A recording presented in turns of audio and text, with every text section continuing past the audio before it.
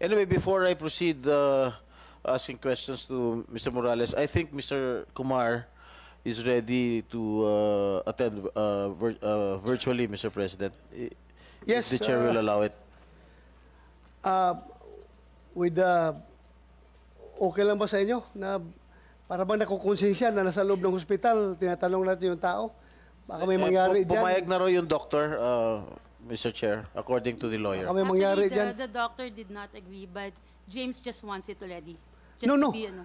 Kailangan may doctor's advice yan. Nasa loob Pero siya ng... may doctor po doon, pero the doctor did not agree, but Oh, they did Did the not doctor agree. did not agree, or you did not consult with the doctor? he did. But the doctor said no. So, Oh, sabihin wag na. na, pag may nangyari sa Wag na, kanya, wag na, wag na. makakamisin. No. Yan. Your Honor, Yeah, andyan na siya, pero ako... Pag may nangyari sa inyo, wag mo kami sisihin, Mr. Kumar. hindi sir, I just want to clarify. Gusto ko lang din matapos na ito kasi Sandali lang, Mr. Kumar. Mr. Kumar, sandali lang. 1 minute suspension.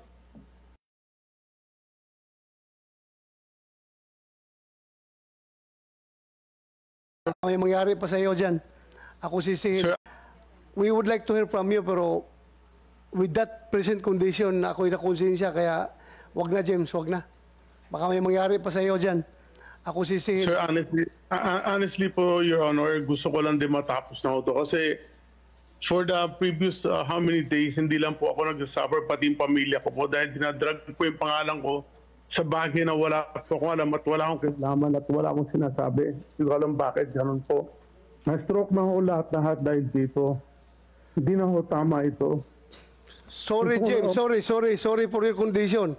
I apologize, ha? I apologize na nagkaganyan ka. Your Honor, parang niya ako pinagbintangan sa bagay na wala po ang ginawa. Hindi naman ho tama ito. Yung pangalan ko, pangalan ng pamilya ko, sinira sa lahat. Wow, paki-off na, sabi mo kayo, walang doktor dyan. Against doctor's advice. Mag-uusap lang tayo next time, James. Sige na. Thank you. Relax ka na dyan. Relax. Salamat po. Sige. Thank you.